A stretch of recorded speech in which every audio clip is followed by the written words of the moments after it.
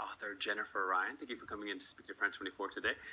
You are the writer of the bestseller Chilbury Ladies Choir, and her latest book is The Spies of Shilling Lane. It's the story of Miss Braithwaite, who must find her missing daughter set against a backdrop of the London Blitz during World War II. There are spies, there are Nazis, landlords, and village politics. There's suspense, but there's also humor, and, of course, a bit of social satire in 1940s England. Let's begin, first of all, what brings you to Paris? Well, I came over to talk about the women spies in D-Day, and so that's why I'm here as well. Well, this is, you mentioned D-Day. We're set in World War II with your latest book, your debut novel, also based on this era. What fascinates you so much about World War II? Well, when I was growing up, my grandmother used to tell these hilarious stories about the Second World War, and it really always inspired me about an interest in that era. And so I started reading an awful lot of memoirs and diaries, journals, and letters from the era. There's quite a few that are available, and it just brings that era to life. You know, what the women were going through. I think women went through the most tremendous changes during that era as a result of the war, the men going off and having to step in to fill the men's shoes. And also, I mean, war is the biggest changer of social culture. And so women really found the freedom to have their own voices, have their own ideas about how they felt. And did your grandmother provide a template for any of the characters we find in your books?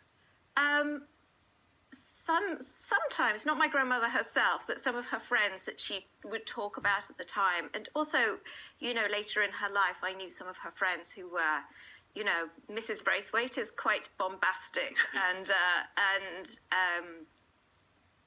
she was based on one of my grandmother's more bombastic friends. Well, tell us a bit more about the research you were doing. You said you've looked at old letters and everything. I mean, today you had the advantage of hindsight, but when you're looking and creating these characters and the sort of arches through the book, how did you draw on that, and what did you find in your research? Well, I was with the spies. I was quite lucky because an awful lot of the espionage detail, people were forced to keep silent about what they did during the Second World War in these espionage agencies. And but there was a certain amount of material that has been declassified in the last couple of years, and that's now available in the National Archives in London. And so I was able to go and read, and you can actually see the physical documents that they used to keep their notes about underground organizations that they were infiltrating during the Second World War. And it's based on that and a memoir that I managed to get hold of that was published in Ireland. The Joan Miller, who was a female spy working for MI5 during the Second World War, she tried to get her memoir published and failed. MI5 managed to block it. But in the end, after she died, her daughter managed to get it published in Ireland. So I managed to get hold of a copy of that. And it just makes for fascinating reading. I think it's very interesting. And this is also about the spies that went into occupied France during the Second World War, especially in the run-up to D-Day, is the way that this evolution of women becoming much more operative during war situations and becoming much more involved. And I think espionage is one of the ways that they really saw that women were very useful during the war, particularly in infiltration situations, because they could slip in more seamlessly, and they could befriend the other women involved and so forth. So that was one of the ways that they kind of cut into the war, the world of war in that way. Yeah, challenging the roles of the genders at the time, certainly. That's right, yeah. You had this theme throughout the book. Very early on we hear it, but it's something that we can see throughout the book, the idea of how do you measure the success of a life. And with the destinies changing at the time, with women becoming a very useful operative in the war itself, that can raise a question about maybe you feel like your destiny is stolen from you, or you take it into your own hands and to find a way to make your life meaningful. But it's a very difficult thing to wrestle with at any time, especially in wartime.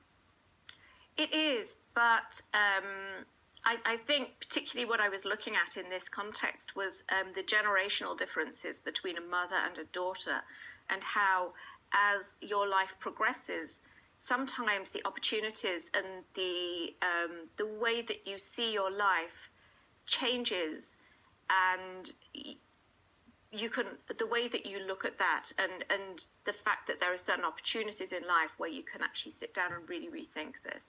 But the differences between the mother and the daughter, Mrs. Braithwaite and her daughter Betty, and her daughter Betty is just out there, she sees the war as just an opportunity to really do the best that she can.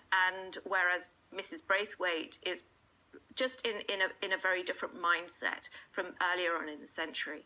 And that was very interesting. A bit more begrudging, but very courageous in her own way. She's also has this, what we might sometimes refer to a stiff upper lip. There's this passage later on in the book where she's speaking with one character. And it's an intimate exchange about the fate of Mrs. Braithwaite's own parents. And she says, nothing good comes out of thinking.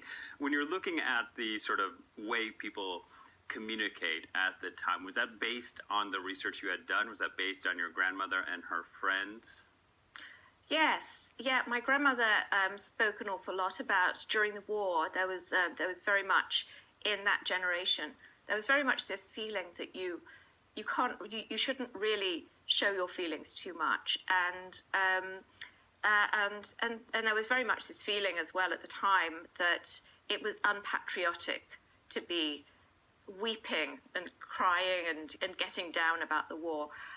Particularly with the Blitz and the bombing campaign by the Germans, there was a feeling that if you let the Nazis see that the war was getting you down, then they had won. And so there was this idea that you had to keep all your feelings to yourself. And I think in a way that was a tradition that began in the First World War and just kind of continued into the Second World War, and almost more of an old-fashioned opinion, really. And some of the characters are a little bit more nuanced, and they're a little bit more progressive, and so they understand Freud and everything, which all kind of came about earlier on in the century. And this kind of idea that you are a product of your experiences.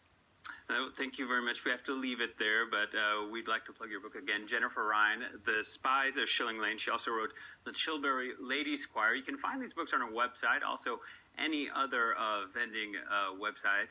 Thank you very much for being our guest today here on Apprentice 24. All right, time now for a reminder of our top stories. Formula One says goodbye to